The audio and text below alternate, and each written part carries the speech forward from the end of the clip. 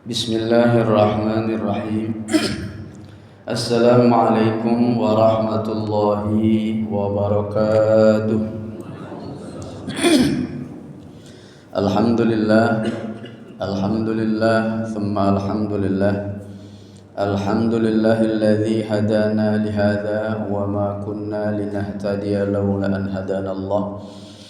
Allahumma fasalli wa sallim wa barik ala habibika sayyidina Muhammadin wa ala alihi wa ashabihi ajma'in, amma ba'du.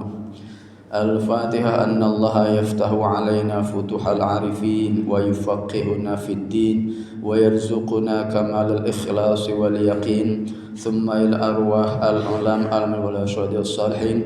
Thumma il arwahi walidina wa masyayikhina wa muallimina wa zari'ina al-khaira fi hadzal majlis. Anna Allah yaqbalu minal jami' wa ya'fu 'anil jami' wa yuslihu sya'nal jami' fid dini wad dunya wal akhirah wa ala kulli niyyatin salihah wa irhad Nabi Muhammad sallallahu alaihi wasallam. Al-Fatihah. A'udzu billahi minasy syaithanir rajim. Bismillahirrahmanirrahim.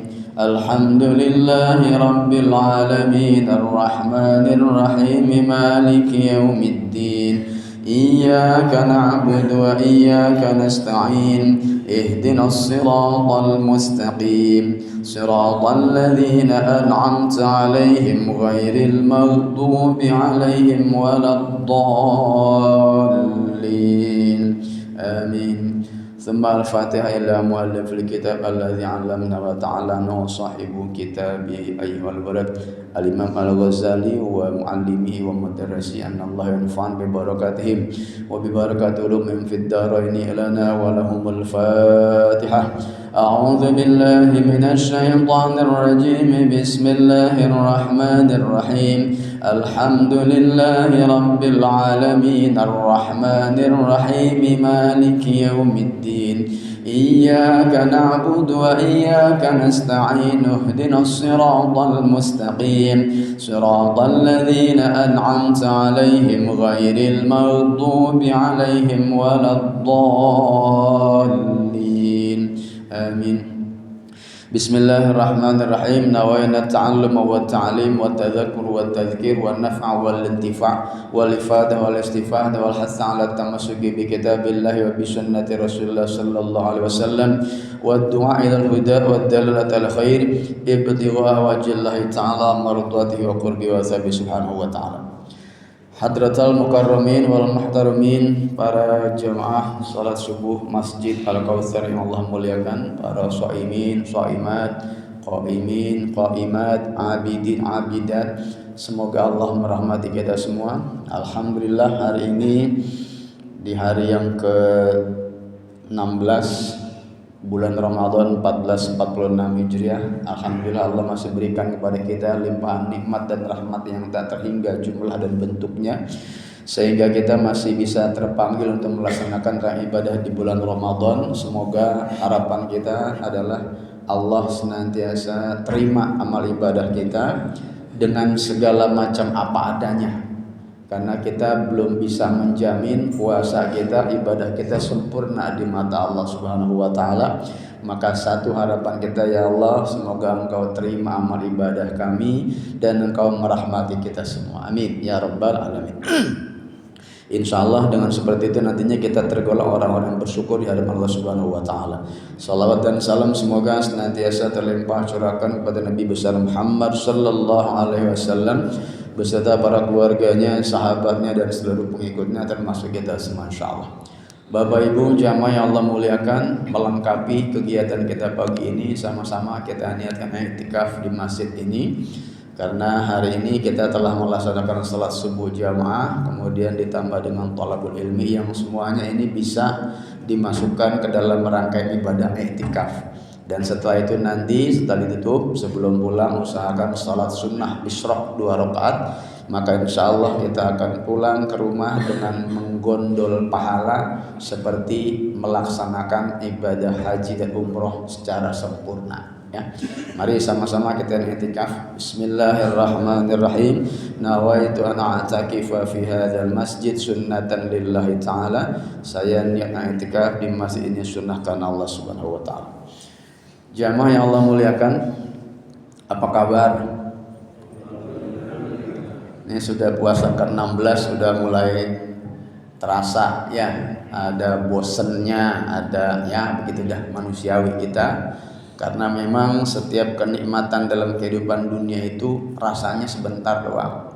Ya, awalnya excited buat kita, menggebu-gebu, tapi setelah kita laksanakan dan lewatin ya, lewat sudah. Ya insya Allah mudah-mudahan kita tergolong orang-orang yang menikmati Ramadan sehingga tak terasa Ramadan telah berlalu sekian hari, dan insya Allah setengah bulan lagi kita akan meninggalkan bulan Ramadan. Sementara kita tidak pernah tahu apakah Allah akan takdirkan lagi buat kita Ramadan tahun yang akan datang. Maka hari inilah Ramadan sekarang inilah yang punya kita. Ramadan tahun depan belum tentu punya kita.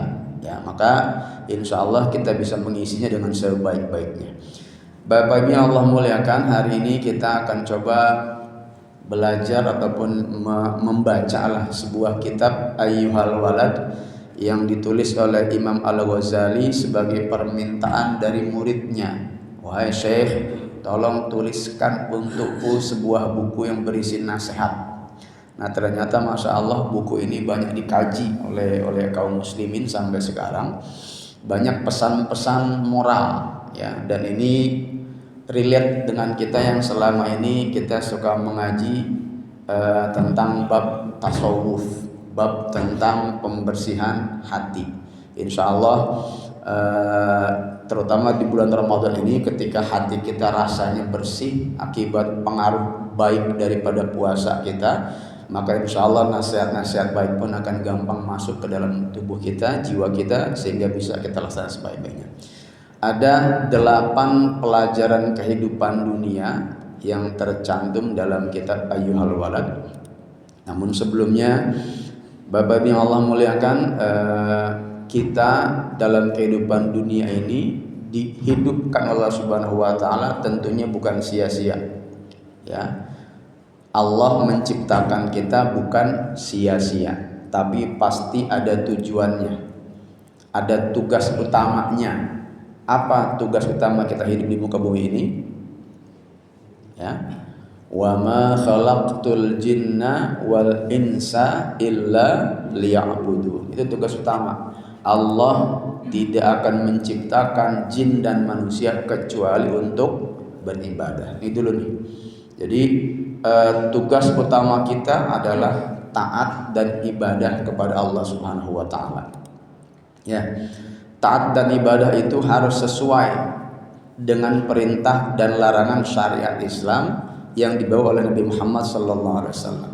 Artinya ketaatan kita kepada Allah sebagai bentuk perwujudan tugas utama kita harus ada contoh dan arahannya, petunjuknya, yaitu dari Nabi besar Muhammad sallallahu alaihi wasallam yang telah menjelaskan kepada kita ini larangannya, ini perintah.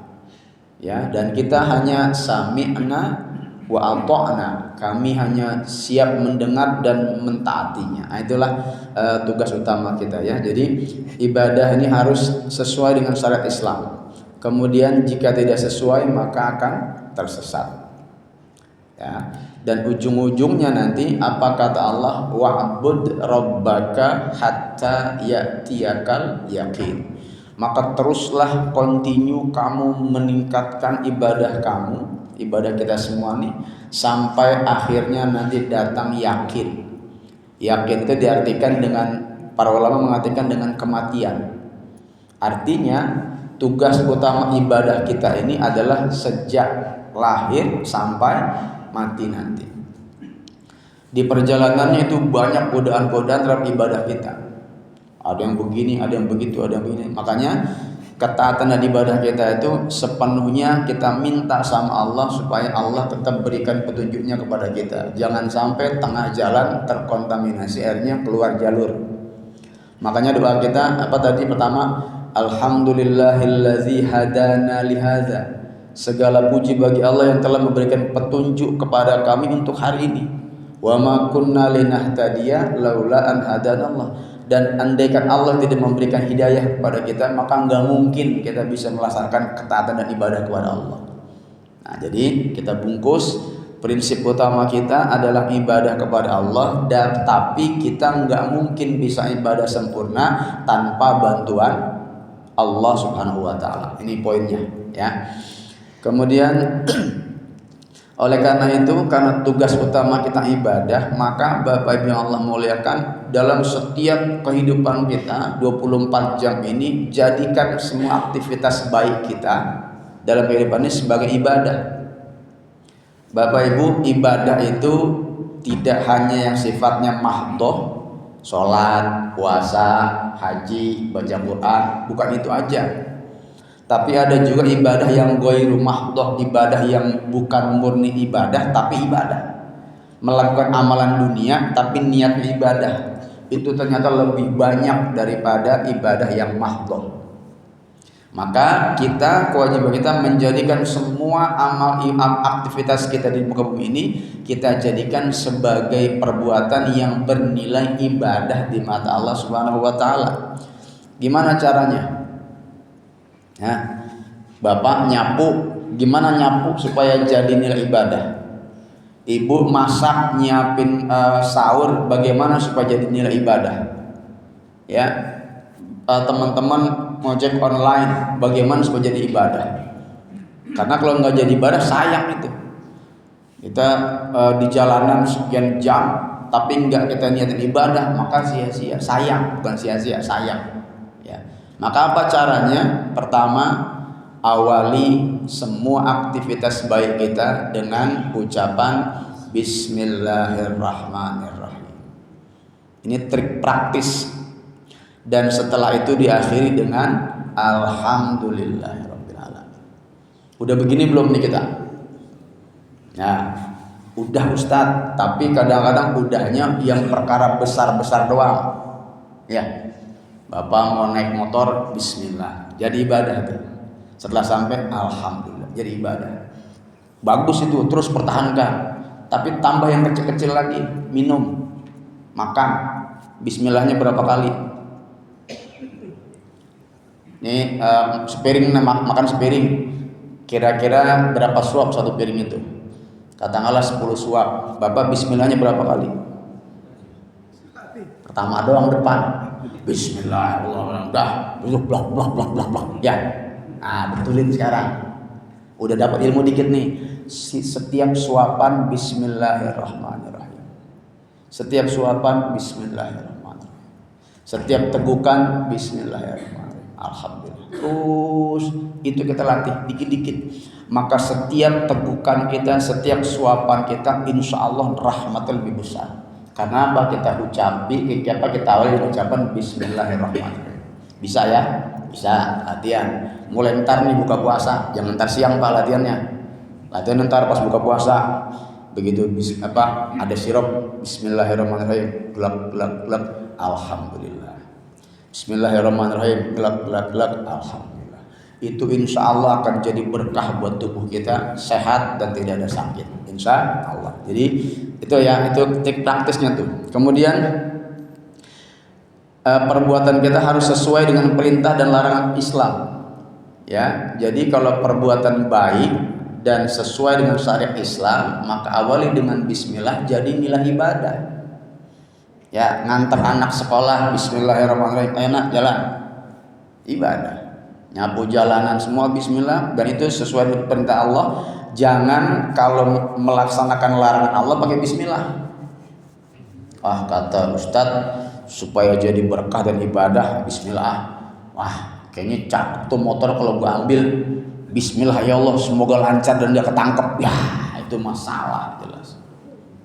bisa kategorinya pelecehan, malah pelecehan terhadap ucapan bismillah karena dipakai untuk sesuatu yang tidak sesuai dengan perintah Islam, gitu kira-kira ya. Kemudian berikutnya, ini yang paling penting nih Pak, dibungkus semua aktivitas kita dibungkus dengan ikhlas dan ridho karena Allah semata. Karena kalau nggak dibungkus ikhlas, udah sia-sia. Allah tidak akan menerima amal kita selama itu tidak ikhlas.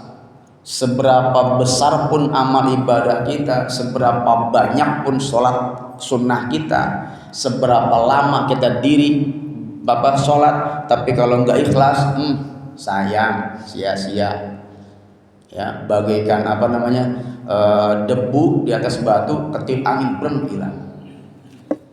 Nah, ternyata ikhlas ini menjadi kunci amal ibadah kita diterima Allah Subhanahu wa taala.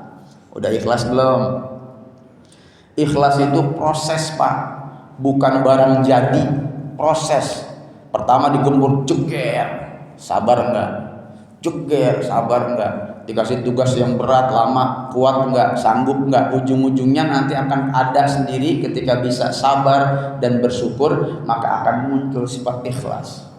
Jadi ikhlas itu harus diusahakan, proses, dilatih, ya, bukan ada begitu saja, enggak.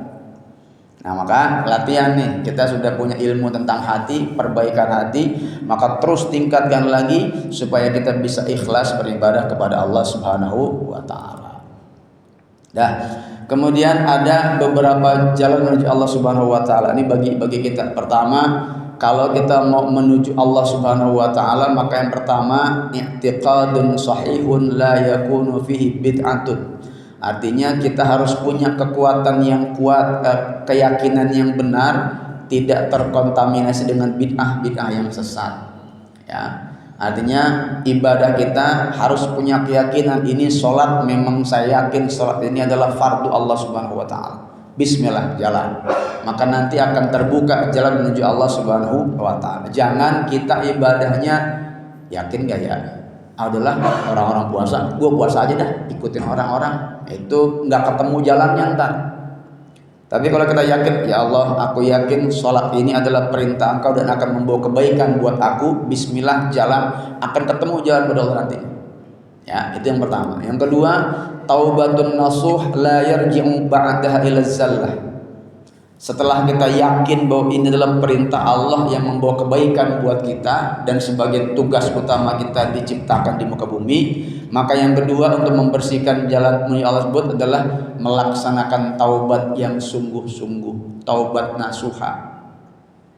Pak, berapa banyak dosa masa lalu kita? Banyak. Gak usah jauh-jauh, dan tadi malam dosanya udah berapa kita lakukan. Dan Allah maha baik. Allah maha baik. Allah masih menutupi dosa-dosa kita, masih sembunyikan dosa-dosa kita di pandangan manusia lainnya. Sehingga dengan demikian kita masih bisa santai pakai sorban, kita masih bisa dihormati orang, kita masih bisa beribadah. Padahal tadi malam kita berbuat dosa. Allah tutupi dosa-dosa kita. Coba seandainya Allah bongkar semua aib dan dosa kita, waduh, ya kita pasti akan malu segalanya. Makanya taubat, ya Allah, taubat dengan sungguh-sungguh dan berjanji tidak kembali kepada kesalahan yang lalu, maka nanti akan terbuka jalan menuju Allah Subhanahu wa taala. Maksudnya jalan menuju Allah ini apa, Pak? Jalan menuju Allah itu artinya bukan pulang kampung, bukan. Takut Ustaz, terjalan menuju Allah, pulang ke rahmatullah lagi, bukan. Maksudnya ketika ibadah kita benar-benar menyaksikan dan yakin bahwa Allah ada di depan kita dan Allah selalu mengawasi kita. Itu yang kadang-kadang enggak, Pak. Coba tanya masing-masing. Kadang-kadang kita ketika sholat, seberapa yakin Allah ada di depan kita? Kadang-kadang lolos, ya Pak. Sholat menikmati bacaan imam gitu, malah nggak ingat tuh Allah lagi depan. Gitu. Makanya ketika kita membersihkan ini, maka insya Allah nanti kita akan selalu terasa diawasi oleh Allah Subhanahu Wa Taala. Maka taubat nasuha. Yang ketiga, istirdaul khusum hatta la yabqa li ahadin 'alaika haqqun. Apa maksudnya? Meminta kerelaan dari orang-orang yang pernah berselisih dengan kita agar kita terbebas dari tuntutan hak nanti di akhirat. Kita semua pernah ribut, ya. Kita semua pernah berselisih. Maka ini caranya supaya nanti kepada Allah itu lancar dan mulus, maka minta ridho. Kalau dulu pernah saya sakitin, maafin saya ya. Kalau dulu pernah saya singgung, maafin saya ya. Dulu pernah saya zolimin, tolong ridhoin saya. Maka kita punya tradisi yang baik sebenarnya, yaitu tradisi salam-salaman ketika habis lebaran, ada halal bihalal. Tujuannya apa? Saling ridho. Pelukan, maafin ya lahir batin. Nah, ucapan lahir batin itu benar-benar dalam hati. Jangan cuma di mulut doang. Tapi ya masing-masing orang beda kan. Maafin ya. Maafin ya. Ya, ada begitu tuh ada itu mah. Proses itu mah manusia biasa. Jangan disalahin. Maafin, begitu pelukan, ada yang begitu, ada begitu. Kita juga mungkin pernah begitu. Nah, coba minta ridho dari orang yang mungkin dulu pernah kita sakitin. Siapa kira-kira Pak? Suami, siapa yang paling sering disakitin? Istri, siapa yang paling disakitin? Maka teman dekat itu tuh yang pertama kita minta ridho ya. Anak-anak pun demikian, orang tua pun demikian, keluarga dekat, karena itu yang sering bertemu dengan kita. Minta ridho supaya nanti di akhirat tidak ada tuntutan dari mereka-mereka terhadap kita. Udah enak-enak mau masuk surga, ya Allah tunggu, dulu dia pernah begini-begini sama saya dan saya nggak ridho, ya Allah nuntut. Akhirnya kebaikan kita dikasih ke dia, nggak jadi masuk surga, kan gitu ya. Dan saya pernah sampaikan bahwa nanti ada orang yang bangkrut sebangkrut-bangkrutnya. Kenapa? Karena semua amal ibadahnya diambilin. Karena dulu di dunia dia sering menzalimi orang dan belum minta ridhonya. Sehingga datang orang, ya Allah dia pernah memukul saya dan saya nggak ridho. Minta ya Allah, kebaikannya diambil. Lama-lama habis kebaikannya, tapi yang datang masih banyak minta menuntut haknya. Akhirnya apa? Dosanya pindah ke dia. Aslinya masuk surga gara-gara amalnya banyak, tapi karena sering zolim, menyakiti orang, berselisih dan tidak minta ridho, akhirnya yang dibawa sama dia adalah banyak dosa. Dosa apa? Dosa pelimpahan dosa. Akhirnya masuk ke dalam neraka. Nauzubillah. Maka itu maksudnya. Kemudian tahsilul ilmu syariah qadra ma tuaddi bi amamirillah thumma min ulumil ukhra ma takunu bin najah. Ini masing-masing pribadi. Yang keempat, untuk sampai kepada jalan Allah Subhanahu wa taala dalam beribadah, maka kita harus menguasai ilmu syariat minimal seukuran penggunaannya dengan melaksanakan perintah dan larangan kita. Bapak punya kewajiban sholat, maka wajib belajar tentang ilmu sholat. Wajib itu. Bapak, ibu wajib berpuasa, harus punya ilmu tentang berpuasa dan segala macam yang berkaitan, minimal yang udah kita pelajari aja nih, ya. Kemudian juga ilmu-ilmu lainnya yang menjamin keselamatan hidup dunia sampai akhirat nanti. Nah, inilah 4 jalan, 4 cara untuk membuka jalan kita menuju Allah Subhanahu wa taala. Insya Allah kalau seperti ini nantinya akan terasa ibadah kita tuh benar-benar langsung. Jadi yang pertama tadi, memiliki keyakinan yang kuat bahwa Allahu Rabbi, Allah Tuhanku, ya. Aku ibadah hanya kepada Allah Subhanahu wa taala. Yang kedua, taubatan nasuha. Taubat setaubat-taubatnya, janji jangan sampai balik lagi kepada yang lalu.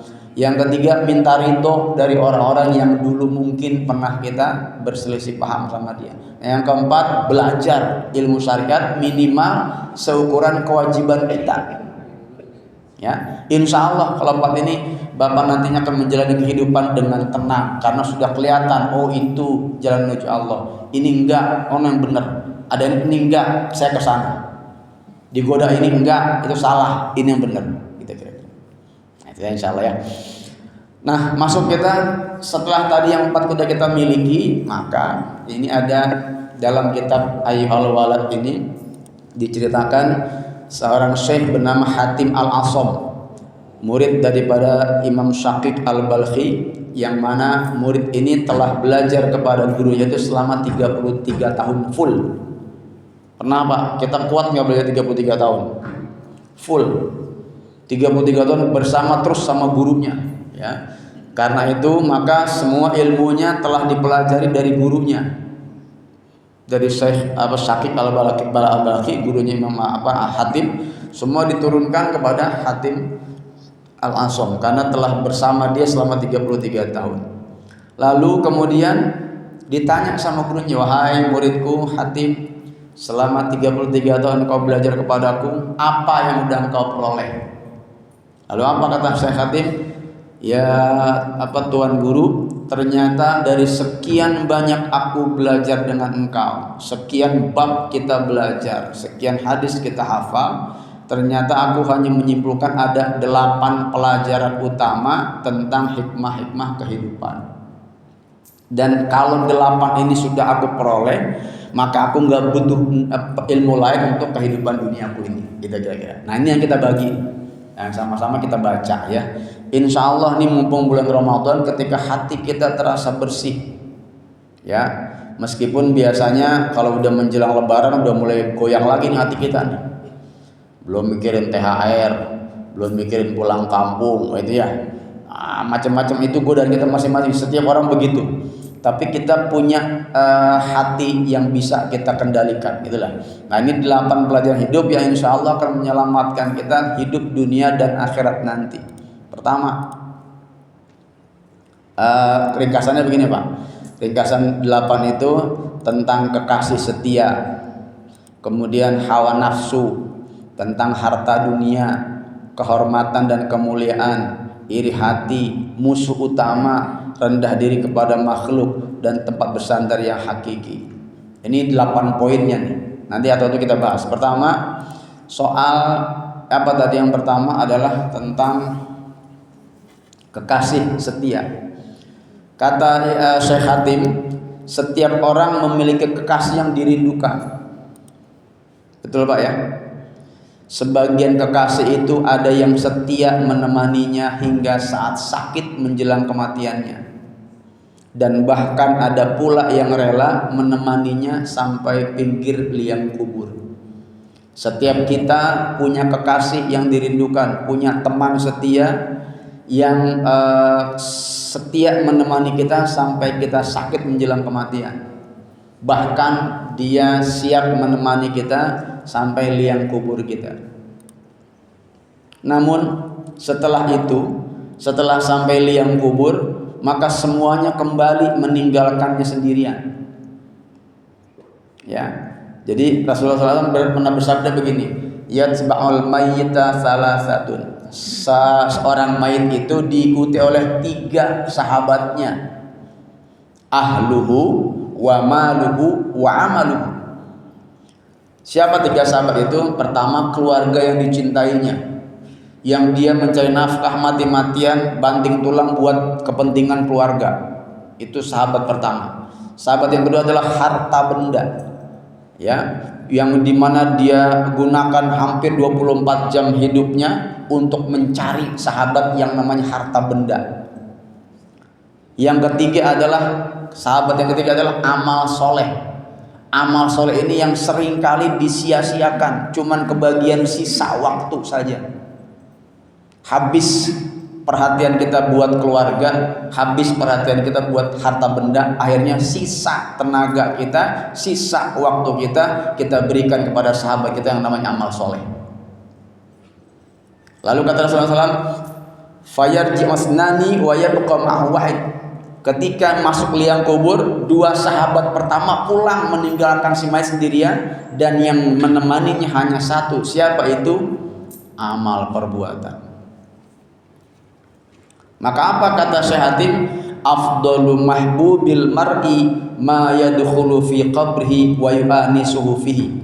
Sesungguhnya kekasih yang paling utama bagi seseorang adalah kekasih yang mau menyertainya ke dalam kubur dan menghiburnya di dalam kubur nanti. memberikan lampu penerangan, memberikan kesejukan, memberikan benteng dari siksa kubur. Fama wajadtuhu ghair amal soleh, dan aku tidak menemukan kekasih semacam itu selain daripada amal soleh kita. Masya Allah. 3 sahabat, hanya satu yang kebagian sisa tenaga kita, tapi justru dialah yang nanti setia menemani kita sampai akhirat nanti. Apa itu? Amal soleh. Ayo Pak, kita lihat masing-masing. Amal soleh kita gimana? Habis waktu kita buat keluarga dan harta benda, sementara amal soleh kita sia-siakan. Ini pelajaran pertama, bahwa tidak ada teman setia selain daripada amal soleh. Maka beramal soleh jangan nunggu entar, beramal soleh jangan nunggu tua, jangan nunggu nanti aja kalau udah gede. Enggak, dari sekarang. Tetap amal solehnya sesuai dengan perintah dan larangan syariat Islam, dan juga dibungkus, diawali dengan bismillah, akhiri dengan alhamdulillah, kemudian dibungkus dengan ikhlas lillahi ta'ala. Itulah amal soleh yang akan menemani kita, teman setia kita. Ya, maka jawaban pertama, siapakah kekasih setia kita? Adalah amal soleh. Kemudian yang kedua, pelajaran yang kedua, kata Syekh Hatim, setiap orang tergopoh-gopoh menuruti keinginan hawa nafsunya, maksain sekuat tenaga, pokoknya harus. Kalau nafsunya udah ngomong, pokoknya harus. Maka aku pun karena dia tidak nafsu itu akan menjatuhkan kita. Kalau kita turutin, justru nafsu itu akan menyerang balik kita. Sementara dia kita paksakan untuk mewujudkannya, setelah kita dapat justru akan menyerang balik kita. Kalau begitu kata Syekh, aku akan menentang dan melawan hawa nafsu ini dengan sekuat tenaga. Kenapa? Karena hawa nafsu syahwat itu sifatnya adalah menjerumuskan kita ke dalam lubang kehinaan dunia maupun akhirat. Maka kata beliau, aku lawan sehingga aku tidak pernah memanjakan nafsuku, sampai akhirnya sang nafsu tadi rela mengikuti aku untuk taat kepada Allah Subhanahu wa taala. Ini ada dalilnya, ada firman Tuhannya, apa? Fa amma man khafa maqama rabbih wa nahan nafsa 'anil hawa fa innal jannata hiyal ma'wa. Adapun orang-orang yang takut kepada kebesaran Tuhannya, takut ya Allah, ya, dan menahan diri dari hawa nafsunya. Karena apa? Hawa nafsu ini akan menjadi penghalang kita untuk jalan menuju Allah Subhanahu wa taala. Dikekang sedemikian rupa, ditahan, dikendalikan, terutama dengan puasa ini nih, ya. Hakikatnya nih Pak, puasa sebulan ini kita sedang melawan hawa nafsu. Udah menang belum kita? Sebulan puasa nih, 15 hari lah, udah menang belum kita? Dari 15 hari, kapan kita menang melawan hawa nafsu? Sudah, mulai subuh sampai maghrib, dah itu doang. Habis maghrib kesononya kalah lagi kita. Betul nggak? Kenapa? Karena udah kita buka pintunya, makanan dia semuanya apapun disikat, lagi balik kata nafsu, gua kuat lagi nih. Akhirnya apa? Malam itu kita malah banyak maksiat, nauzubillah ya Allah. Jadi orang yang menahan diri hawa nafsunya, maka fa innal jannati yal ma'wa, maka tidak ada tempat kembali yang pantas bagi orang seperti itu selain daripada surga. Setelah memahami ayat ini, maka Syekh Hatim, kalau gitu saya lawan nafsu ini, enggak saya turutin, biarin dia ngikutin saya untuk taat pada Subhanahu wa taala, ya. Maka ada riwayat menyatakan tuba liman kana aqluhu amiran wa hawahu asiran wa wailun liman kana hawahu amiran wa aqluhu asiran. Ini kesimpulannya, beruntunglah orang yang akalnya menjadi pemimpin bagi dirinya, bagi jiwanya, dan hawa nafsunya tunduk di belakangnya. Jadi jiwa kita ini ada akal, ada hawa nafsu. Beruntung orang yang akalnya di depan, nafsu ngikutin dia. Jadi begitu nafsu menyebarkan proposal, ini ketakal, enggak, entar ke belakang. Nafsu pengen begini, enggak, belakang. Aku pimpinnya, kata akal. Maka beruntung orang seperti ini. Tapi sebaliknya, celakalah orang yang kebalik. Hawa nafsunya di depan, akalnya belakang, ngikut dan gak berdaya apa-apa. Nafsu, diam akal lu, oh ini cara gua. Akhirnya apa? Semua hidupnya terbelenggu oleh hawa nafsu yang tadi. Nafsu itu punya karakter menjerumuskan kita, membinasakan kita ke dalam lubang kehinaan. Nauzubillah. Maka itulah sehatin, enggak, nafsu enggak. Ini enggak boleh, ini haram, ini enggak boleh, ini haram. Ini yang boleh, ini yang. Nafsu tidak harus dibuang sama sekali, tapi dikendalikan dan diarahkan, gitu kira-kira. Jadi yang kedua, pelajaran yang kedua apa tadi? Hawa nafsu kendalikan, tahan. Lanjut yang ketiga. Apa yang ketiga? Kata Syekh Hatim, setiap orang berusaha mengumpulkan harta dan menyimpannya secara berlebihan. Mati-matian dia cari. Bahkan sekolah pun tujuannya buat kerja, betul nggak Pak? Kamu sekolah di mana? Jangan situ, ntar kerjanya susah. Orang belajar belum, udah disuruh kerja. Hati-hati Pak, Bapak Ibu itu. Ya, belajar mau udah belajar aja. Ikhlas belajar, nanti Allah yang ngatur kerjaannya apa sesuai dengan ilmunya. Ya, kalau sudah niat belajar tapi niat terbuat cari kerja, maka ilmunya buat kerja, kerja buat nyari duit, maka ilmunya buat nyari duit, gitu Pak. Nggak berkah. Maka ada orang yang pinter karena ilmunya, tapi pinterannya dipakai buat ngumpulin duit. Akhirnya apa? Kepinterannya dipakai untuk menyalahgunakan wewenang, menyalahgunakan perintah. Untuk apa? Untuk ngumpulin duit. Karena apa? Dulu orang tuanya niatnya belajar buat cari duit. Yuk kita renung sama-sama. Ya. Jadi setiap orang berusaha mengumpulkan harta benda dan menyimpannya. Kemudian setelah itu bahkan dia kikir, nggak mau nafkah. Nah, gue capek-capek nyari harta, lu minta, enggak, cari yang kerjaan diri, pelit.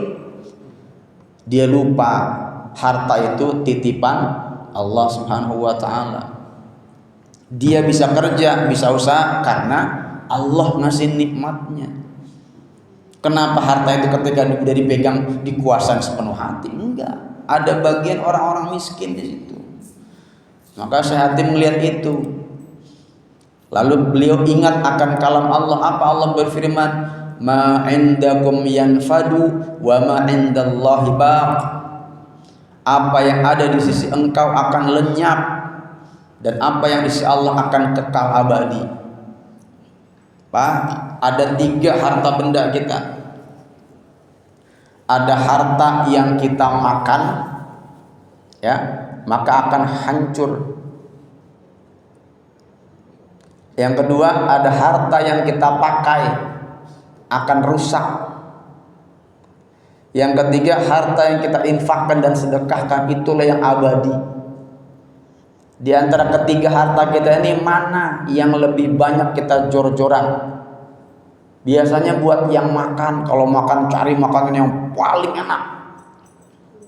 Ya, kendaraan, cari kendaraan yang paling bagus, baju yang paling bagus buat dipakai. Tapi begitu amal soleh, 2000 udah lecak. Itu juga udah robek ujungnya. Ini aja dah, kasih buat infak. Begitu nggak kita? Iya, kita begitu tuh. Padahal harta yang terakhir yang kita infakkan itu yang kekal di Allah Subhanahu wa Ta'ala. Apa yang kita punya habis, rusak.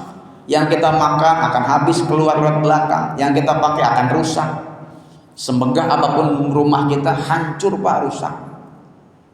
Ya. Tapi infak kita, sedekah kita di mata Allah itu kekal.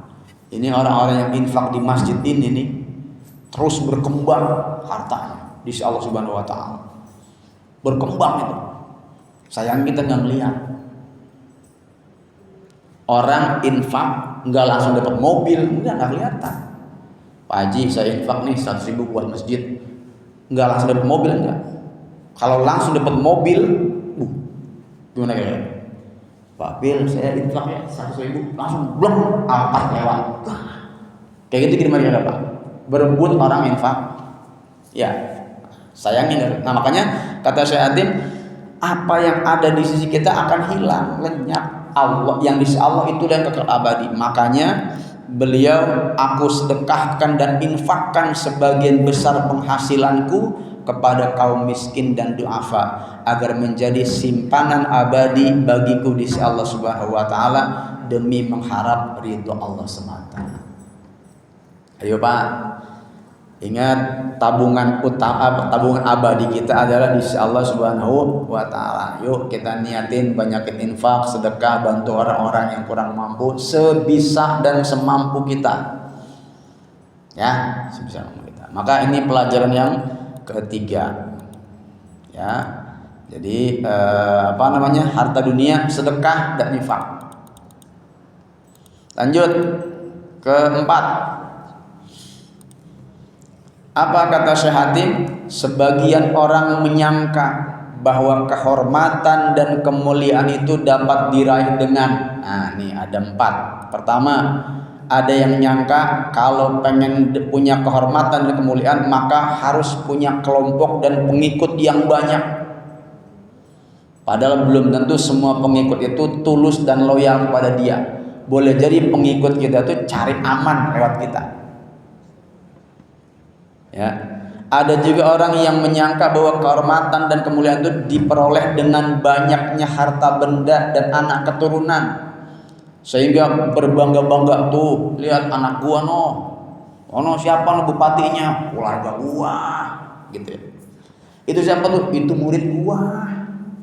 Bangga-banggain. Harta benda pun begitu. Lo tahu nggak? Siapa yang nyumbang karpet 200 meter? Gua. Ada yang begitu nggak? Ada. Cuma kita nggak tahu. Kalau kita begitu jangan dah. Ya, ada juga yang menyangka punya kehormatan kemuliaan kalau mencuri, merampok, menindas pihak lain. Gua kalau nggak nyolong nggak bisa nih, nggak bisa kaya nih. Kalau nggak korupsi nggak bisa kaya ini, harus korupsi.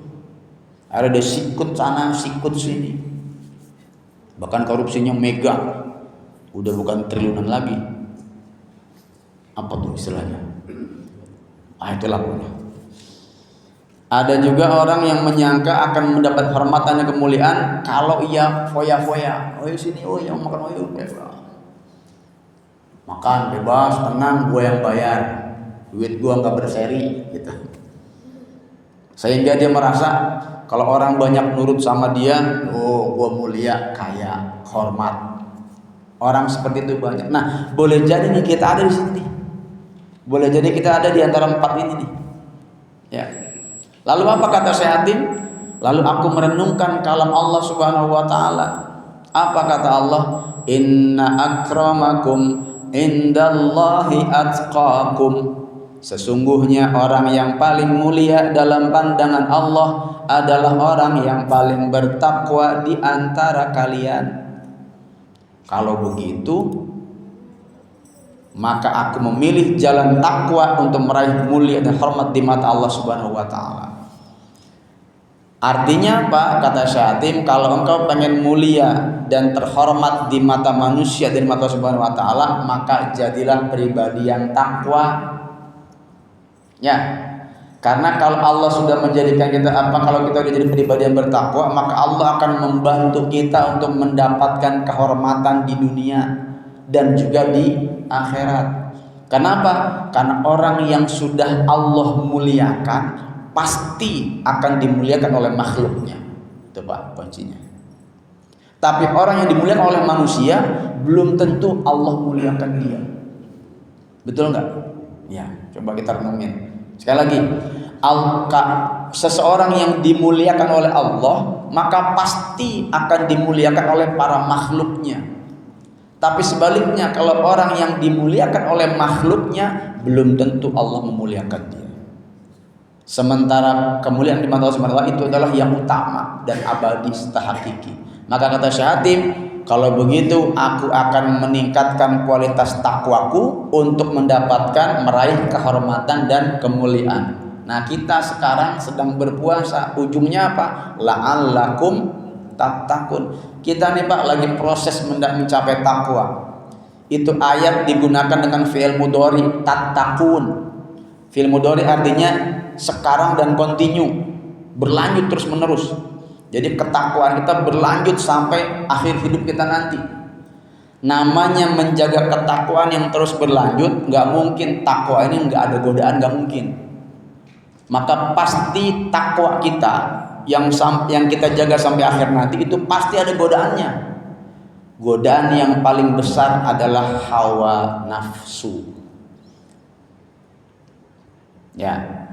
Maka qad aflaha man zakkaha, kata Allah. Beruntunglah orang yang membersihkan jiwanya dari hawa nafsu. Wa qad khaba man dassaha, dan sungguh merugilah orang yang mengotori jiwanya dengan hawa nafsu. Nah, puasa ini kita jadikan seperti itu untuk meraih derajat takwa. Jadi yang berikutnya berarti kehormatan, yang keempat ya, kehormatan dan kemuliaan dapat diraih dengan takwa. Lanjut yang kelima. Apa yang kelima? Kata Syekh Hatim, aku melihat manusia saling mencela dan mendengki satu sama lainnya dikarenakan iri hati dalam harta dan benda. Orang sering ribut ngurusin pangkat orang. Orang sering berselisih, sering dengki ngurusin harta orang. Wah, dia mah enak harta begini, enggak kayak gua nih. Artinya enggak pernah ridho. Orang bisa beli motor sakit hati dia. Lah ngapain ngelong motor ngutang kan gitu ya. Itu banyak, Pak. Tapi enggak keluar ngucap, tapi hati kita nih. Kalau orang kayak saya nih, hasutnya bukan soal harta sama orang yang punya ilmu lain. Tapi untungnya kalau hasut terhadap orang yang punya ilmu, nah itu yang dibolehkan itu. Ngiri. Wah, positif. Wah, dia bisa, aku nggak bisa nih. Baik, kalau kini hati soal harta benda. Nah, lalu Syekh Hatim merenung, kata Allah, nahnu qasamna bainahum ma'isyatahum fil hayatid dunya. Kata Allah, kamilah yang menentukan penghidupan mereka. Kami telah membagi masing-masing orang sesuai dengan takarannya. Si A dapat harta segini, si B dapat segini, udah masing-masing udah ditentukan Allah Subhanahu wa taala. Maka ngapain kita ngiri hati? Gitu kira-kira. Kata Syekh Hatim. Lalu terus ketika beliau ketika beliau memahami itu, memahami bahwa setiap orang itu sudah punya jatahnya masing-masing, maka aku sadar, kata Syekh Hatim, bahwa pembagian harta itu telah selesai ditentukan oleh Allah sejak zaman azali dulu. Sejak Allah tiupkan ruh kepada kita, udah ditakar, nih harta lu segini, umur lu segini, nanti begini-begini, udah. Setiap orang itu. Maka tidak usah iri dengan harta orang lain, karena emang udah bagiannya. Kita emang bagian kita begini gitu. Maka kata beliau, aku tidak akan lagi dengki kepada siapapun dan berusaha rela menerima pembagian Allah Subhanahu wa taala. Ya Allah, raditu billahi rabba, aku ridho Engkau sebagai Tuhanku, wa bil islami dina, aku ridho Islam sebagai agamaku, wa bi Muhammadin dan Nabi Muhammad sebagai nabiku, dan juga aku ridho terhadap rezeki dan nikmat yang Kau berikan kepadaku. Itu Pak puncak yang tinggi dalam setiap jiwa manusia, ridho. Kata Allah, siapa yang tidak ridho dengan pembagianku dan tidak sabar dengan ujianku, maka silahkan keluar dari kolong langit ini, cari Tuhan selain aku, kata Allah. Diusir, Pak. Kalau kita diusir dari kampung, masih bisa pindah kampung lain. Lah diusir dari kolong langit mau kemana? Cari Tuhan selain aku.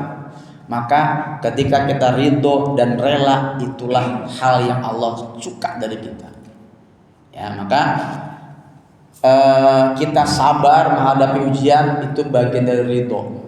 Ya, kita tidak iri hati dengan harta orang lain, itu pun bagian dari ridho. Dan ketika orang sudah ridho dengan apa yang Allah berikan kepadanya, maka Allah akan jaga dia kehidupannya. Allah akan jamin. Ya, jadi yang berapa tadi? Yang kelima, iri hati, obatnya ridho dan rela. Lanjut, yang keenam, musuh utama. Aku melihat, kata Syekh Hatim, Aku melihat manusia saling bermusuhan satu sama lainnya karena dipicu oleh sebab-sebab tertentu, saling ribut, berantem, ya, menumpahkan darah, perang ini, perang itu, merebut ini, merebut itu. Akhirnya ya begitu loh, yang berantem terus-menerus. Lalu aku merenung firman Allah Subhanahu wa taala, kata Allah, "Innasyaitana lakum aduwwun fattakhiduhu aduwwa." Sungguh kata Allah, setan itu musuh bagimu, maka jadikanlah ia sebagai musuhmu yang nyata. Maka aku sadar, ternyata musuh kita hanyalah setan. Jadi nggak perlu kita berantem sama orang lain karena dia bukan setan. Kencangin setan Pak, setan. Ya, kalau dia setan berantem kan gitu ya. Tapi rata-rata setan lu, gitu kita tuh kalau lagi marah tuh malah itu ya. Gitu kan gitu tuh. Ya. Nah, ini masukin artinya apa? Kalaupun kita berselisih paham sama orang, udah seperlunya aja, nggak usah sampai 7 turunan, enggak. Musuh utama kita bukan dia, setan. Ada di mana setan? Nih, di sini, di jiwa. Ya, sehingga apa? Sehingga kalau sudah bisa mengendalikan, maka akan ada dalam pandangan orang tersebut adalah ainur rahmah, pandangan sayang. Melihat orang, ya Allah, semoga Engkau berikan dia hidayah. Melihat orang yang zalim, ya Allah, semoga Engkau ampuni dia. Pandangannya selalu pandangan sayang kepada seluruh manusia, seluruh makhluk. Itulah ciri-ciri wali Allah itu. Nah, kita bisa latih itu Pak, bisa latih. Ya, kalaupun kita benci ya seperlunya saja, sekedar manusia, nggak mau sampai wah, bahkan ujungnya doain. Karena dulu para wali begitu ngajarinnya, disakitin orang malah doain, dikecewain malah doain. Disitulah dia menjadi memberi kewalian. Jadi musuh utama dalam kehidupan kita ini adalah syaitan, yang itu ada dalam jiwa dan pikiran kita masing-masing. Maka lawan itu, karena kata Allah, dia adalah musuh yang nyata bagimu. Masuk lagi tuh, jadi musuh utama kita adalah setan. Jangan menganggap masing-masing kita adalah musuh, enggak. Ini bukan musuh utama kita. Bahkan ada seorang wali yang namanya Robiatul Adawiyah, bahkan dia malah enggak benci setan. Kata dia apa? Dalam jiwaku tidak ada lagi ruangan untuk membenci apapun, karena hatiku, jiwaku telah tertutup semuanya dengan cinta. Bahkan aku tidak sempat membenci setan, kata dia. Saking cinta penuhnya, cinta kepada Allah Subhanahu. Maka dia bilang, ya Allah, andaikan aku beribadah kepada Engkau karena takut neraka, jeblosin saya ke dalam neraka, aku nggak peduli. Andaikan aku beribadah karena mengharap ridho surgamu, tutup surga rapat-rapat, aku nggak peduli. Cintaku hanya untuk Engkau ya Allah, bukan yang lainnya. Cintaku bukan buat surga, bukan buat neraka, enggak, buat Engkau ya Allah. Maka kalau udah penuh hatiku dengan cinta padamu, nggak ada lagi tuh ruangan untuk membenci siapapun. Enak banget. Subhanallah. Itu banyak banget belajar. Terus yang ketujuh, aku melihat setiap orang berusaha sekuat-kuatnya sekaligus merendahkan dirinya untuk mencari makanan dan kehidupan, sehingga dia terjerumus ke dalam perkara yang haram dan syubhat. Artinya apa? Berapa banyak orang yang nunduk-nunduk supaya dapat rezeki, menjatuhkan harga dirinya supaya dapat gaji, gitu lagi kan? Supaya dapat apalah pokoknya. Disuruh ini jalan. Artinya merendahkan dirinya ya di hadapan orang-orang untuk sekedar cari harta dan perut, sehingga terjerumus ke dalam yang haram, syubhat. Kata bosnya, no, sikat. Kata ini ambil. Kenapa? Udah merendahkan dirinya di hadapan orang yang berkuasa, yang punya duit, sehingga dia seperti kerbau yang dicucuk gitu kira-kira. Artinya apa? Tunduk kepada makhluk. Lalu kata Syaitan, aku berfirman Allah, wa ma min dabbatin fil ardi illa 'ala Allahi rizquha. Tidak satupun makhluk yang bergerak ataupun bernyawa di bumi ini, melainkan semuanya telah udah dijamin Allah rezekinya. Jadi nggak perlu nunduk-nunduk, Allah udah ngasih rezeki sama kita gitu kira-kira. Ini maksudnya nunduk itu Pak, maksudnya nunduk itu bener-bener loyal 100%, Sehingga kalau bosnya menyuruh perintah haram dikerjain, haram ya. Demi apa? Demi duit. Gitu kira-kira maksudnya. Nggak punya prinsip. Kalau kita masih punya prinsip, lain. Maka aku sadar rezeki itu berada dalam kekuasaan dan kehendak Allah Subhanahu wa taala, karena Allah yang telah menjamin rezeki kita. Maka aku pusatkan perhatian untuk beribadah kepada Allah dan putuskan semua harapan kepada selain Allah. Artinya apa? Kata Syekh Hatim, kalau begitu aku sudah harus yakin bahwasanya rezeki hanyalah Allah yang menjaminnya.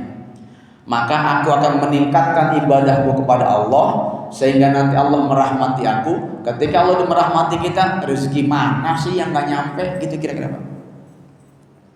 Kalaupun kita kerja berusaha semata-mata hanya untuk ibadah tadi, bukan untuk menunduk kepada hakikatnya Allah yang ngasih rezeki, gitu kira-kira Pak. Nah, jadi kita bekerja berusaha berwira swasta, fokusnya untuk ibadah tadi Allah, meskipun duitnya dari dia, yaitu Allah, gitu kira-kira. Artinya tidak 100% loyal sehingga menjatuhkan harga diri kita di mata manusia. Nah, jadi yang ketujuh, rendah diri kepada makhluk itu salah. Harusnya tunduk hanya kepada Allah dalam soal rezeki. Jadikan aktivitas kerja dan usaha kita sebagai ladang ibadah kepada Allah Subhanahu wa taala. Yang terakhir, tempat bersandar yang hakiki. Apa kata Syekh Hatim? Aku melihat setiap orang bersandar kepada makhluk yang diciptakan. Sebagian bergantung pada dinar dan dirham, sebagian lagi bergantung pada harta dan kekuasaan, sebagian lagi bergantung pada pekerjaan dan profesi dan lain sebagainya. Artinya apa? Orang banyak sekali yang bersandar kepada makhluk. Kalau orang punya duit dideketin, orang punya kuasa dideketin, ya, macam-macam. Lalu aku merenung, kata Syaitan, firman Allah yang mengatakan, wa may yatawakkal 'alallah fahuwa hasbuh innallaha balighu amri. Siapa yang tawakal kepada Allah, niscaya dia akan mencukupinya kebutuhannya. Sesungguhnya Allah melaksanakan urusan yang dikehendakinya. Sesungguhnya Allah telah mengadakan ketentuan bagi segalanya. Maka dengan demikian, kata Syekh Hatim, aku bersandar hanya kepada Allah Subhanahu wa taala. Dialah yang mencukupi dengan sebaik-baiknya tempat berserah diri. Dan kita sering baca, qul huwallahu ahad, Allahus samad. Allah lah tempat bersandar. Tapi mengapa kita banyak bersandar kepada orang lain, kepada makhluk, gitu kira-kira. Ya, jadi kalau bersandar kepada harta, maka ketika hartanya hilang, sandarannya jatuh. Ketika bersandar kepada orang yang punya kuasa, ketika kuasanya selesai, jatuh. Ya, ketika bersandar kepada pekerjaannya bangkrut, jatuh. Tapi ketika bersandar kepada Allah, Allah hayyun la yamut, Allah selalu hidup dan tidak pernah mati. Maka sandaran kita akan selamanya kuat. Nah, jadi itu 8-nya tuh. Nah, kesimpulan itu. Pertama, kekasih setia kita adalah amal soleh. Yang kedua, hawa nafsu harus kita kendalikan dan kita tahan. Yang ketiga, harta dunia sedekahin, infakin sebanyak-banyaknya, karena itu abadi Allah Subhanahu wa taala. Yang keempat, kehormatan dan kemuliaan kita dapat kita raih dengan ketakwaan kepada Allah. Iri hati kepada manusia dengan pembagian rezeki, maka obatnya adalah ridho dan rela terhadap apa yang Allah berikan kepada kita. Kemudian yang keenam, musuh utama kita sesungguhnya adalah syaitan. Maka janganlah sering berselisih paham dengan manusia, karena musuh kita adalah syaitan. Karena seringkali justru dalam hal kita berselisih paham dengan manusia, justru disitulah setan jadi teman kita. Salah, kebalik, ya. Yang ketujuh, rendah diri kepada makhluk harus diganti dengan tunduk hanya kepada Allah dalam rezeki, karena Allah menjamin rezeki kita. Dan yang terakhir, tempat bersandar kita yang hakiki adalah Allah Subhanahu wa taala. Nah, ini udah tadi. Ini bikinnya malam nih, masih ada orang.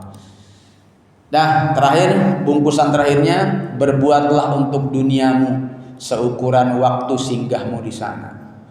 Karena engkau tidak akan kekal di muka bumi, maka jangan ngabisin waktu habis-habisan buat dunia. Berbuatlah untuk akhiratmu selama keabadianmu di sana. justru perbanyaklah amal ibadah buat akhirat, kan akhiratlah yang kekal buat kita.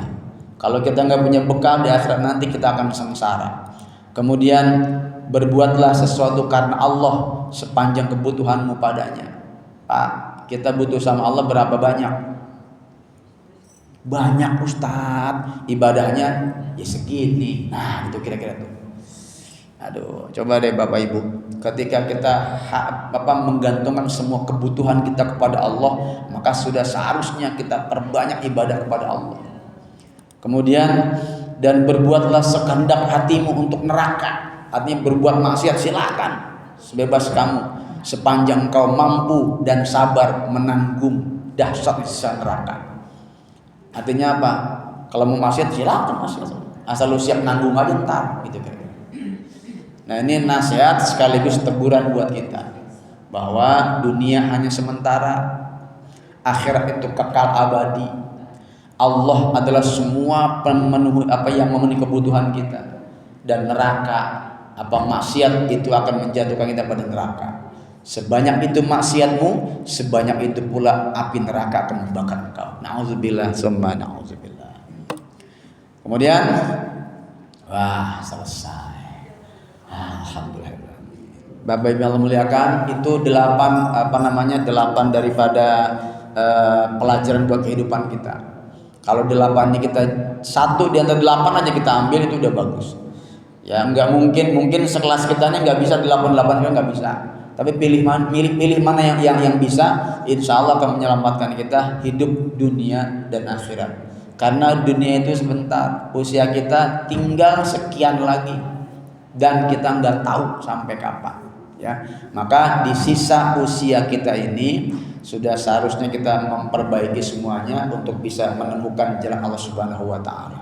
Mudah-mudahan pertemuan kita kali ini menambah wawasan buat kita, menambah makanan buat jiwa kita, sehingga lebih tahu iya dunia ini sebentar, akhirat kekal. Hati kita harus kita jaga untuk bisa menemukan jalan Subhanahu wa taala, dan nantinya Allah akan panggil kita, ya ayyatuhan nafsul mutmainnah irji'i ila rabbiki radiyatan mardiyah fadkhuli fi ibadi wadkhuli jannati. Wahai jiwa-jiwa yang tenang, kembalilah kepada Tuhanmu dengan ridho dan diridhoi, maka masuklah kepada surgaku dan masuklah dalam golongan hamba-hambaku, insya Allah. Amin ya rabbal alamin. Demikian saya kira cukup. Ada yang mau ditanyain? Silakan. Assalamualaikum warahmatullahi wabarakatuh. Waalaikumsalam. Pertanyaan saya begini, sejauh mana sih pilihan terhadap ikhlas dan ridho tentang perbuatan kita? Seperti contoh sampai kalau kita itu memberikan sesuatu, ya tangan-tangan yang memberikan nanti ketahuan. Namun ketika perbuatan kita itu yang tadinya itu ikhlas dan ridho, tapi suatu saat itu timbul kita sampaikan atau kita utarakan, itu bagaimana jalan terhadap keikhlasan dan keridhaan kita? Baik. Ya, seperti tadi saya sampaikan bahwa ikhlas itu proses. Dia bukan barang jadi. Dia barang mentah yang harus dipoles, harus dipotong sini, potong sana, dihias sehingga dia menjadi berkilauan, ya. Dan kalau udah berkilauan, kudu disering-sering dilap. Karena kalau enggak debu nempel lagi. Itulah ikhlas. Ikhlas itu harus kita latih. Sebagai manusia yang punya sekian banyak unsur ini, nggak bisa jadi. Maka tadi ketika Bapak bilang saya ikhlas pertamanya, tapi akhirnya diceritain. Nah, diceritainnya itu bagian tadi debu-debu tadi itu. Ini kita udah ikhlas nih, udah punya barang yang mengkilap, ya berkilauan. Tapi karena nggak sering kita hapus, nggak kita mungkin ada debu-debu. Akhirnya kita ceritain orang, oh semalam saya udah ini tuh. Anggap itu debu, balikin lagi, lap lagi, astagfirullahaladzim. Maka akan jadi hilang. Ya, ikhlas itu yang tahu hanya kita, Pak. Dan Bapak bisa rasakan misalkan kita memberikan sesuatu kepada orang yang butuh, duafa. Kemudian awal dengan bismillah, kemudian kita kasih, ada bahagia dalam hati kita nih, ada bahagia. Bahagia itu nggak bisa keukur tuh, pokoknya bahagia ya. Karena kita telah bisa membantu dia. Catat Pak, insya Allah itu adalah ikhlas. Jadi hakikatnya ikhlas itu membawa kebahagiaan. Bapak sholat sekian rakaat panjang, kalau hanya letih aja, awas, hati-hati belum ikhlas. Tapi ketika selesai, alhamdulillah, nikmat, wah, itu ikhlas. Jadi ikhlas itu akan membawa kepada kebahagiaan. Ketika kita berbuat dan kita berharap itu ikhlas, maka rasakan setelahnya. Kalau ada kebahagiaan, maka itulah ikhlas. Dan ingat, ikhlas itu amalan utama. Setiap sesuatu yang utama nggak mungkin didiemin begitu aja tanpa diuji. Maka ketika kita udah merasa ikhlas, latih ikhlas, nggak mungkin kita diemin, pasti ada ujiannya. Ada setan yang bisikin, oh juta aja. Kemudian sebenarnya kita nggak niat cerita Pak, tapi ada orang cerita sama kita. Wah enaknya gue malam gini, dalam hati kita, lalu baru segitu aja. Kita tuh, itulah ujian buat ikhlas. Akhirnya kita ngomong, gue semalam begitu juga, kok lagi. Itulah godaan untuk ikhlas. Jadi siapa yang bisa menyadari ikhlas, yang tahu hanya kita sendiri. Yang bisa menjaganya pun hanya kita sendiri. Ya, yang bisa mengendalikannya pun hanya kita sendiri. Ketika udah terucap, bisa ikhlas, bisa enggak, bisa aja niat dia ngucapin buat ngasih pendidikan. Nah, dulu ayah ketika remaja, kalau malam takbiran sering jalan ke pasar, bawa duit 25.000, 3 amplop, cari mana orang yang masih ngemis, kasih duit. Kemudian dia meluk kita, oh nikmat Bang. Ayah cerita kepada anaknya supaya apa? Supaya dia ngikutin. Itu bisa jadi ikhlas, bukan yang lainnya. Jadi semuanya tergantung kita nih. Tapi ada juga orang yang cerita, hatinya ngomong untuk membanggakan diri. Hati-hati, itu godaan ikhlas. Semoga ikhlas kita yang dulu nggak hilang dengan ini nih. Karena seringkali ikhlas yang kita lakukan hilang oleh kita sendiri gitu loh. Maka kembali tadi, ikhlas hanya kita yang bisa merasakan. Ikhlas hanya kita yang bisa mengendalikan, hanya kita yang tahu cara bagaimana nyetopnya gitu kira-kira. Itu Pak ya. Maka jawaban ini ya kembali ke masing-masing jiwa kita. Dan itu dilatih Pak, terus dilatih. Pertama latihannya pasti cerita, nggak apa-apa. Namanya latihan, besok lagi terus latihan. Lama-lama akhirnya kita nggak perlu pandangan orang lain, udah Allah, ya Allah saya ikhlas lillahi ta'ala. Ya, gitu Pak ya. Jadi itu harus dilatih dan insya Allah itu adalah tugas berat, tapi pahalanya pun besar di mata Allah. Enggak, silakan. Salam. Jadi Pak Ustadz katakan bahwa dosa itu bisa dilimpahkan orang ini, orang lain. Tapi saya pernah baca di Al-Quran atau surah apa saya lupa, itu bahwa dosa itu ditanggung sendiri. Allah taziru wa zalum. Bagaimana keterangannya penjabarannya? Ya, itu ayatnya itu apa? Allah taziru wa ziratu wizra ukhra. Tidaklah semua dosa kita ditanggung oleh orang lain. Maksudnya gini Pak. Tadi yang pertama saya cerita itu kondisi di akhirat nanti, di padang mahsyar, ketika seorang digiring menuju tempatnya masing-masing. Ada yang masuk ke surga panjang, ada yang ke neraka. Nah, ketika orang katakanlah saya, misalkan saya sudah berjalan di surga nih, udah kira bangga gitu ya. Alhamdulillah. Tahu-tahu ada orang datang, ya Allah, dulu nih si Ustadz pernah mencela saya di depan orang. Saya nggak ridho, sakit hati, dan dia belum minta maaf sama saya. Maka tolong ya Allah, saya minta keadilan. Akhirnya apa? Ya udah gimana keadilan? Keadilan apa kata Allah? Kau minta apa? Amal soleh dia saya ambil. Diambil amal soleh saya sama dia. Karena dulu di dunia saya belum sempat minta maaf sama dia. Sakit hati sampai akhirat. Maka itu ngeri banget ini Pak. Jadi kalau ada yang kita berbuat zalim pada orang, dia sakit hati sampai akhirat. Aduh ya. Aduh ngeri banget. Itu satu orang. Amal saya dikurangin buat dia. Datang lagi, kurangi lagi, datang lagi terus sampai amal soleh saya habis, masih ada yang datang minta nuntut ke dia, ya Allah. Kata Allah, udah ganti.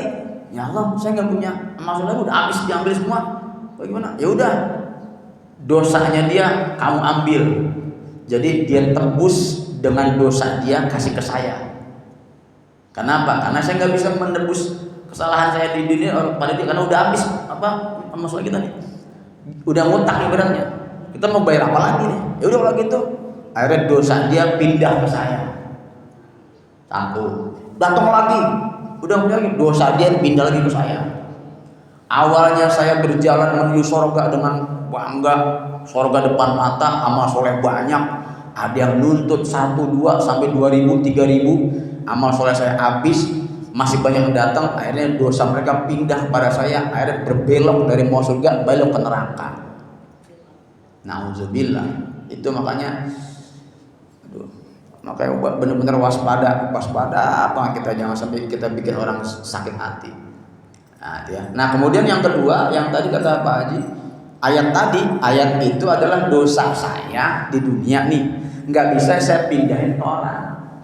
Saya yang berzina, apa dia yang dosa? Bukan, kata Allah, engkau yang dosa, orang kau yang berzina di dunia. Artinya ini mah kaitannya dengan pribadi. Saya yang melanggar saya yang tidak ibadah, gitu ya, melanggar perintah Allah, dosa saya, bukan dosa dia. Cuman ada ketentuan nih. Seorang anak yang tidak ibadah, tidak sholat, ya, kemudian dia tidak sholatnya gara-gara nggak pernah diajarin oleh orang tuanya, hati-hati, nanti di akhir anak itu akan nuntut.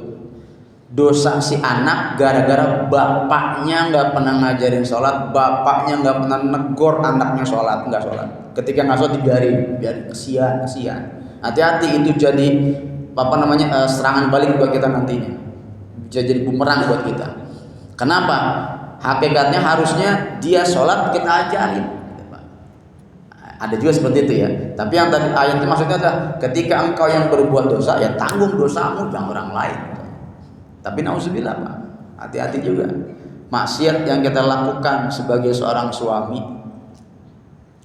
apakah anak istri kita akan terbebas dari pengaruh dan bahayanya? Enggak. Dosanya kita yang tanggung, tapi akibatnya bisa turun ke anak dan istri. Maka hati-hati Bapak Ibu ketika bermaksiat. Itu dampaknya kepada anak istri kita, keluarga kita, anak cucu turunan kita. Entah turunan yang keberapa kita nggak tahu. Maka doa kita jangan pernah lepas. Rabbana hablana min azwajina wa dzurriyyatina qurrata a'yun waj'alna lil muttaqin. Ya Allah, berikanlah pada kami anak turunan yang bisa menjadikan kebanggaan buat kami, turunan terus panjangnya sama. Gitu Pak. Berapa banyak orang, berapa banyak orang yang soleh tapi anaknya. Maka itu harus jadi renungan buat kita semua. Nah, kembali ke tadi. Jadi kalau yang pertama tadi adalah dosa yang diperbuat di dunia kepada orang lain, belum dimintakan ampunan dan ridhonya, di akhirat dituntut. Kalau yang kedua dosa pribadi. Nah, dosa pribadi nggak bisa tumpah, nggak bisa pindah ke orang lain karena dia yang berbuat dosa. Gitu Pak.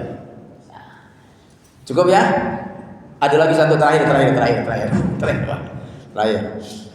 Emang seenak nih kita nggak pakai sarapan kan ya? Cuman sayangnya kering mulut nih. Silakan. Ada satu lagi. Masya Allah. Kita semua sama-sama merenung ya Pak. Saya pun merenung nih. Jadi ketika nyampe materinya kita merenung. Masya Allah. Ternyata luar biasa kalau kehidupan dunia. Mangga silakan Pak. Waalaikumsalam. Sangat menarik sekali awal tadi itu berkaitan dengan hidup bersama manusia. Jadi saya simpulkan seperti dosa masa lalu. Pertanyaannya adalah kalau kita sempat minta maaf ke yang bersangkutan itu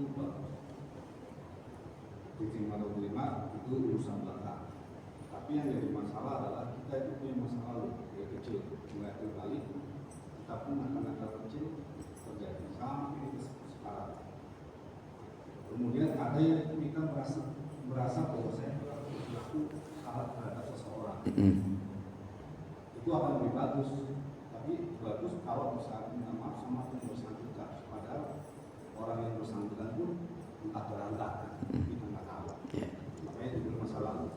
Yang lebih parah lagi, sepertinya kita tidak melakukan sesuatu kesalahan, tapi itu salah. Jadi bagaimana solusinya supaya kita nantinya tidak defisit pahala? Karena semua orang hadir kita di akhir ini. Terima kasih.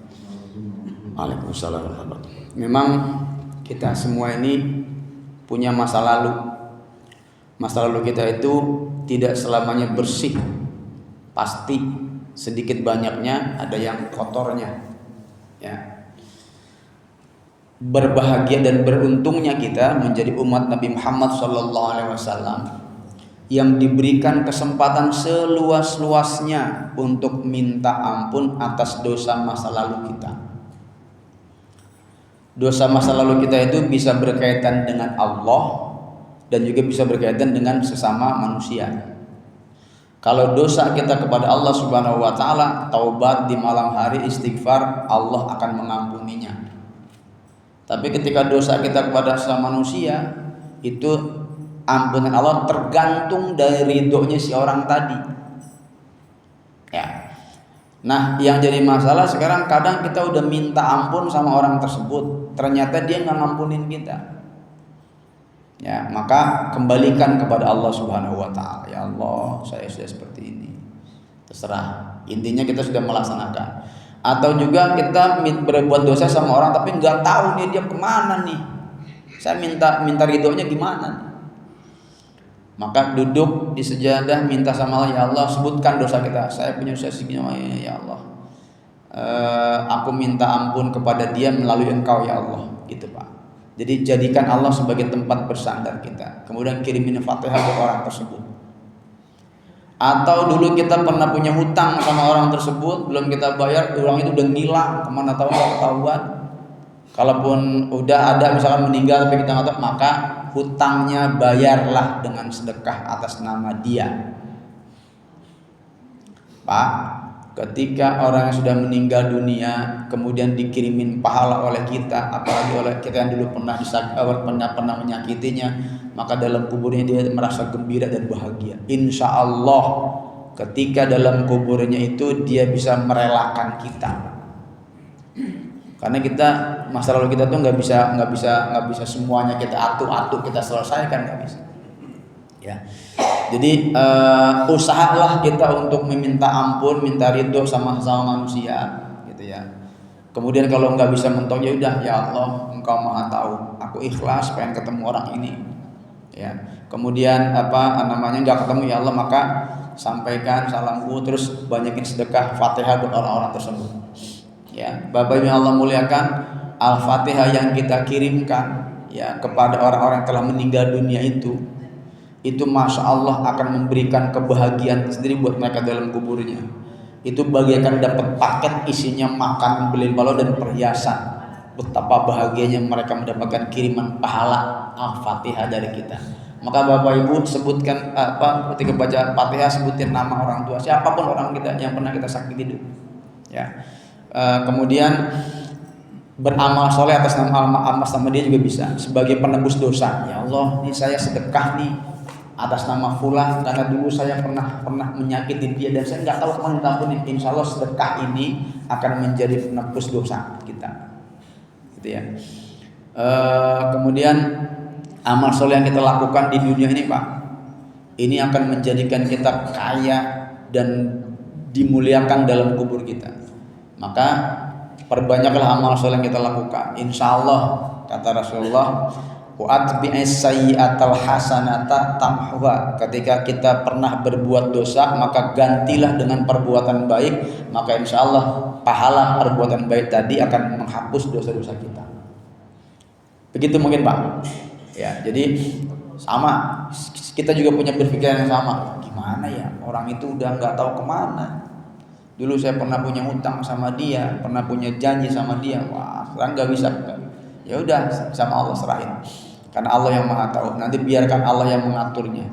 Boleh jadi nanti suatu saat Allah pertemukan kita dengan dia, ya, atau gimana caranya. Yang penting kita sudah berusaha mencari, kemudian taubatan nasuh Allah Subhanahu Wa Taala. Insya Allah, Pak. Jadi memang kalau seperti ini sudah kita sadari dan pahami, maka kita akan berpikir 1000 kali untuk membuat orang sengsara, akan menyakiti orang. Nanti rasakan, Pak, pelan-pelan kita akan menjadi orang yang lembut, akan menjadi orang-orang yang ya menjaga segala macamnya. Nah, mudah-mudahan kita dipilih oleh Allah Subhanahu Wa Taala untuk menjadi orang-orang yang senantiasa membersihkan akhlak dan hati kita, supaya nantinya kita bisa illa man atallaha biqalbin salim. Semoga bisa menghadap Allah Subhanahu Wa Taala dengan hati yang bersih, hati yang sehat, dan kembali kepada Allah Subhanahu Wa Taala dalam keadaan husnul khatimah. Amin ya rabbal alamin. Demikian Al-Fatihah. A'udzu billahi minasy syaithanir rajim. Bismillahirrahmanirrahim. Alhamdulillahi rabbil alamin arrahmanir rahim maliki yaumiddin. Iyyaka na'budu wa iyyaka nasta'in. Ihdinas siratal mustaqim. Siratal ladzina an'amta 'alaihim ghairil maghdubi 'alaihim waladdallin. Amin. Bismillahirrahmanirrahim. Alhamdulillahi rabbil alamin. Allahumma salli ala sayyidina Muhammad wa ala ali sayyidina Muhammad. Allahumma anfa'na bima 'allamtana wa 'allimna ma yanfa'una warzuqna 'uluman tanfa'una. Allahumma inna nastaudi'uka ma 'allamtanahu fardudhu ilayna 'inda hajatina ilayh. Allahumma ij'al jam'ana hadza jam'an mubarakan marhuma wa tafarruqana min ba'dihi tafarruqan mubarakan ma'suma wa la tad'al lahum ma fina wa la hawalaina wa la mimman yasma'una shaqiyyan wa la matrudan wa la mahruma bi rahmatika ya arhamar rahimin. Rabbana zalamna anfusana wa illam taghfir lana wa tarhamna lanakunanna minal khasirin. Rabbana hab lana min azwajina wa dhurriyyatina qurrata a'yun waj'alna lil muttaqina imama. Allahumma ij'alna minat tawwabin waj'alna minal mutatahhirin waj'alna min ibadikas salihin birahmatika ya arhamar rahimin. Rabbana taqabbal minna innaka antas samiul alim wa tub alaina innaka antat tawwabur rahim. Rabbana atina fid dunya hasanah wa fil akhirati hasanatan wa qina adzaban nar. Wa sallallahu ala sayyidina Muhammad wa ala alihi washabihi ajmain walhamdulillahi rabbil alamin. Bapak Ibu yang muliakan, mohon ridhonya, mohon relanya, semoga apa yang disampaikan ini bermanfaat buat kita semua. Demikian, wallahu muwaffiq ila aqwamit thoriq. Wassalamualaikum warahmatullahi wabarakatuh. Semoga pada apa yang disampaikan